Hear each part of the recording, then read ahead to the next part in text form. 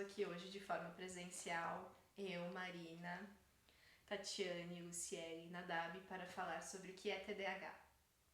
Então, meninas, o que é TDAH?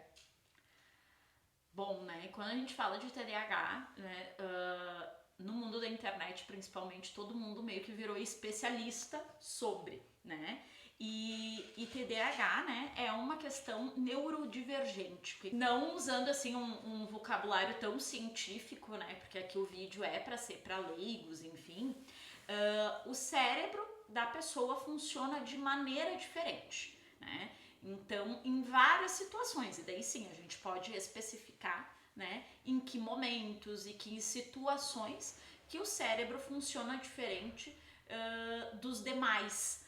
Quando a gente fala de TDAH, a gente tem 3 biotipos, né? Então a gente tem o tipo hiperativo, o biotipo de déficit de atenção e o biotipo combinado. Né? O que a gente vê, né? Então, déficit de atenção, sim, é muito relacionado com a pessoa que, sim, é aquela história do tá passando a mosquinha e ficou ali olhando para a mosquinha, mas ela não fica 1 minuto olhando para a mosquinha, ela perde a noção do tempo, né? O tipo hiperativo, né? O pensamento muito acelerado, os movimentos, e assim, isso acho que é bem importante, né? Quando a gente fala do hiperativo, ele não é só de maneira física que ele é hiperativo, principalmente mental, na verdade, a hiperatividade dele. E quando a gente fala dos dois juntos, né, são as duas coisas misturadas. Lembrando que eu tô resumindo bem o que é cada uma, né, cada um dos biotipos ali dentro do TDAH. É uma outra coisa que tu falou, né, não é motor, é muito mental também o TDAH.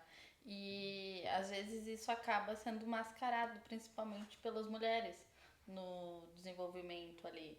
Ah, o TDAH aparece com 12 anos de idade. Sim, aparece. Mas se a criança, por exemplo, tiver na escola, hiperfoco em estudar, ou se ela tiver uma facilidade para estudar, não significa que ela não tenha TDAH. Isso é importante que as pessoas entendam.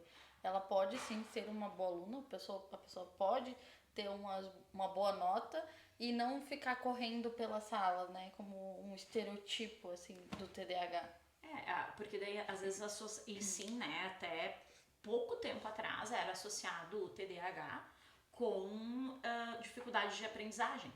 E hoje em dia a gente sabe que uma coisa não tem nada a ver com a outra, né? Que sim, pode ser TDAH e ter dificuldade de aprendizagem ou não ter dificuldade de aprendizagem. Né? E o quanto isso ainda, na verdade, entra no senso comum da galera ainda achar que é dificuldade de aprendizagem. Pode ter comorbidade, né? Mas não necessariamente ter dificuldade de aprendizagem com TDAH, assim como pode ser ansioso e ter TDAH. Também é um diagnóstico que se confunde, né? Ansiedade com TDAH. Aí tem os pontos de diferença que a Nadab já trouxe, né? Que diferencia um pouco da ansiedade, né? Porque o TDAH, lembrando que é desde a infância, né? Então, assim, a gente não desenvolve, né? A ansiedade, ela pode ser desenvolvida. O TDAH é diferente, ele já é um diagnóstico que vem da infância e talvez as pessoas tenham o diagnóstico tardio exatamente por isso, porque talvez elas conseguem lidar com isso durante toda a infância, de alguma maneira, né? Sozinha, independente, mas que na fase adulta é diagnosticado com TDAH. Isso vale muito para as pessoas entenderem que o TDAH ou autismo, né, são questões não relacionadas a algo que vai se desenvolver com o tempo. Ela é da mente. A mente de um TDAH é diferente de uma mente de uma pessoa que não tem TDAH. A forma como ela absorve, a forma como ela enxerga, a forma como ela produz é diferente. E isso acaba gerando na pessoa adulta muitas frustrações. Como a Lu falou, a pessoa com TDAH, ela começa a criar estratégias para ela mesma lidar com essas questões. Né? Como estudar, de que forma, o que ela pode fazer para facilitar a vida dela. E tem coisas que ela consegue controlar e tem outras que não. E aí, às vezes, as pessoas Até em questão de relacionamento, acaba sendo complicado porque são situações diferentes. São percepções que às vezes é fácil para uma pessoa, mas não é fácil para o TDAH. Nossa, mas isso aqui é super simples, mas parece uma batalha para o TDAH. Por quê? Porque ela enxerga, ela vê, ela sente de uma maneira diferente de uma pessoa que não tem TDAH. E isso é importante pontuar. Não é errado, não é estranho, é você tentando se entender dentro desse mundo, né? O que eu vejo muito é que a gente tenta encaixar uma pessoa autista, uma pessoa com TDAH no mundo de pessoas que não têm isso. E a gente não é só isso, a gente é muito mais. E tem muitas pessoas com um diagnóstico, e às vezes que não tem diagnóstico, que sofrem no mundo e cria outras comorbidades posteriormente, como ansiedade, depressão, enfim, que ela acaba gerando dificuldades que ela não consegue lidar. E aí lá no processo terapêutico a gente descobre, TDAH. E falando, né, que nem assim, como né, já foi falado, né, que a pessoa não adquire o TDAH, ela nasce com, né, uma das coisas que a gente faz aí, porque o que eu acho que às vezes acontece, né, as pessoas, como é que eu faço para descobrir se eu tenho TDAH ou não, né, e eu digo, né, que a tecnologia ainda não avançou tanto ao ponto de... que foi, Luca? Eu fiquei pensando, o ChatGPT não vai achar o diagnóstico, né? Tipo, o mitos e verdades do TDAH, o checklist TDAH não vai. E daí o que acontece? As pessoas acham que, sei lá, é um exame que tu faz, um teste, só, e que tu vai descobrir se tem TDAH ou não, né? Então, não existe algo específico, na verdade, é uma junção de coisas. Mas, tanto que a avaliação do TDAH, o diagnóstico, né, ele é clínico, né? Então, sim, as testagens pode ajudar, mas uma das coisas que determina é uma anamnese, que é o quê? O histórico de vida. Daí que a gente vai ver, tem na família também, como é que foi a infância, como que se desenvolveu e tal, porque a gente vê que às vezes se confunde mesmo o TDAH com outras questões, sim. As redes sociais, no total, ela acaba impactando a vida das pessoas e isso prejudica, porque elas começam a perder algumas situações, ficam vidradas nesses momentos e aí sim, aí ela é desatenta porque ela não tá caminhando olhando para as coisas, tá caminhando olhando pro celular, aí ela não presta atenção porque ela não tá verdadeiramente escutando a pessoa, porque ela tá olhando no celular, tá olhando a TV, tá fazendo outra coisa, né? A dificuldade também que a nossa geração atual tem de prestar atenção no presente, de ter uma qualidade no presente. Eles estão na rede social ou eles estão fazendo outra coisa que não no aqui e no agora. Então esse também acaba, mas eu tenho TDAH por causa disso.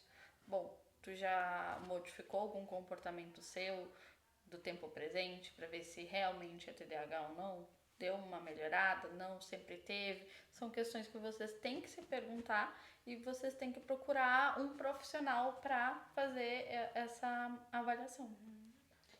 E além disso, também a gente tem que lembrar que tem outros sintomas, né? Muitos que não são falados, como por exemplo a desregulação emocional, dificuldade de controlar suas próprias emoções. Além disso, a impulsividade, né? Então a dificuldade de controle inibitório, de controlar suas próprias questões, seus próprios comportamentos. Né? Isso é ruim na infância e é muito ruim também na vida adulta.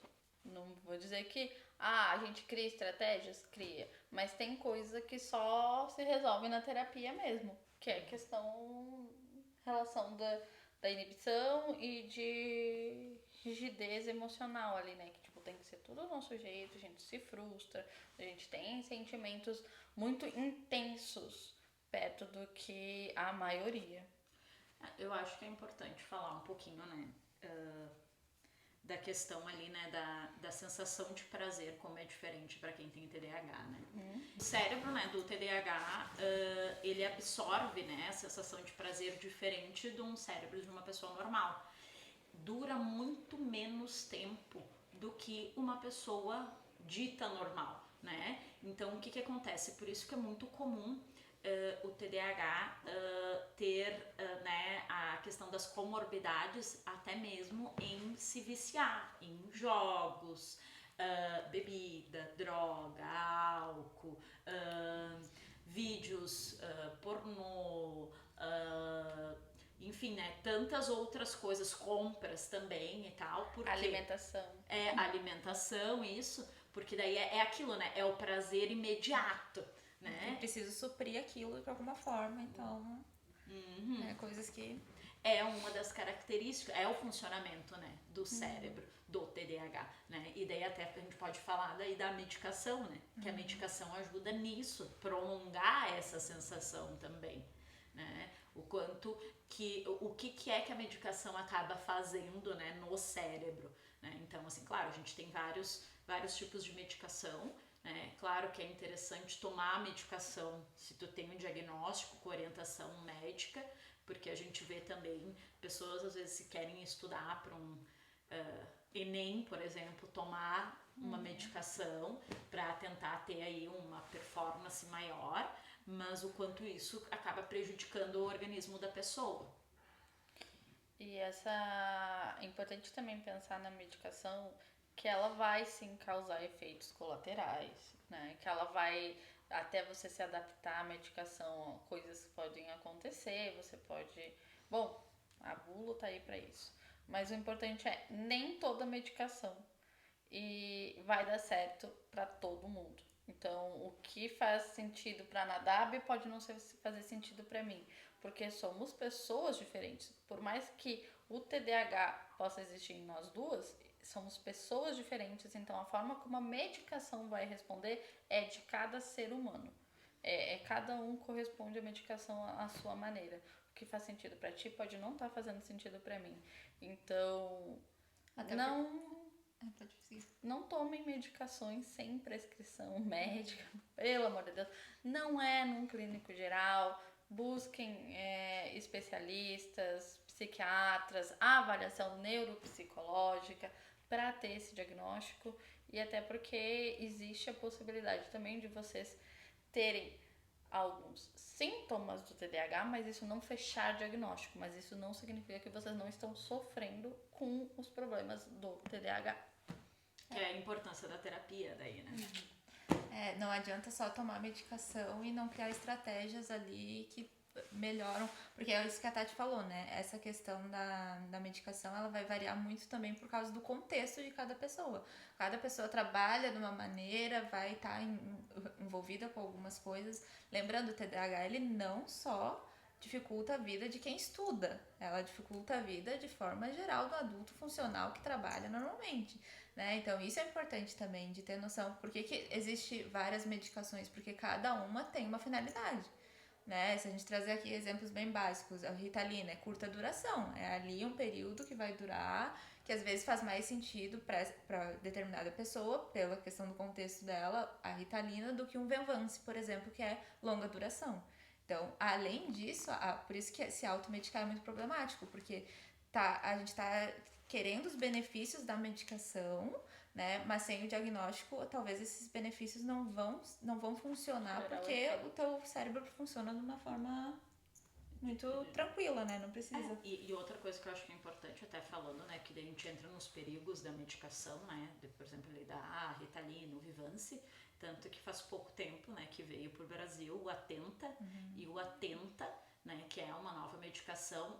Para que ela serve, né? Ali é para o TDAH tudo, mas é muito para quem acaba tendo mais ansiedade com a Ritalina e com o Vivance, e para quem tem problema de dependência, tá? Por quê? Porque um usuário de droga usar um Vivance e uma Ritalina tem uma grande chance de vício, tá? E daí vem o Atenta, que antes não tinha, 2 anos atrás não tinha no Brasil, que ajuda. Então assim, ó, e daí é isso. Quem é que vai conseguir avaliar isso direitinho? Vai ser um médico que vai olhar para o teu histórico e ver. Precisa, não precisa? Todo TDAH usa medicação? Não é. Todo TDAH precisa, né? Às vezes precisa por um período da vida, né? Volta. O importante é ter esse acompanhamento, psiquiátrico ou neurológico e, sem dúvida, psicológico, né? É importante aqui, acho que até para encerrar esse debate, para quem tá com suspeita ou para quem tem um filho com TDAH ou algo similar, é importante entender que o TDAH não vai te incapacitar. O TDAH não é um problema que vai acabar com o mundo. É possível, sim, estarmos dentro da sociedade, conviver, viver normalmente, mas a gente precisa de profissionais junto, a gente precisa de ferramentas para lidar com isso. Então a terapia é fundamental, principalmente para o TDAH, ansiedade, porque tem outras comorbidades, né, ansiedade, depressão, enfim, que acabam vindo junto com esse diagnóstico. E a gente tem que lidar com cada coisa e lidar principalmente com situações do dia a dia, dentro disso, as estratégias que a gente consegue elaborar na própria terapia. Porque a medicação ela não vai trazer essa estratégia, ela vai trazer ali uma solução mais imediata, vamos dizer, mas a terapia ela vai fazer com que essas técnicas ou essas, né, ferramentas elas sejam aplicadas durante o nosso dia a dia, o nosso né, convívio. É isso aí. Bom, pessoal, então hoje a gente encerra o nosso vídeo por aqui. Curtam o vídeo, compartilhem, sigam a gente aí, né? Deixem dúvidas, sugestões pra gente e a gente agradece a audiência de vocês. Beijinho. Tchau. Tchau, tchau.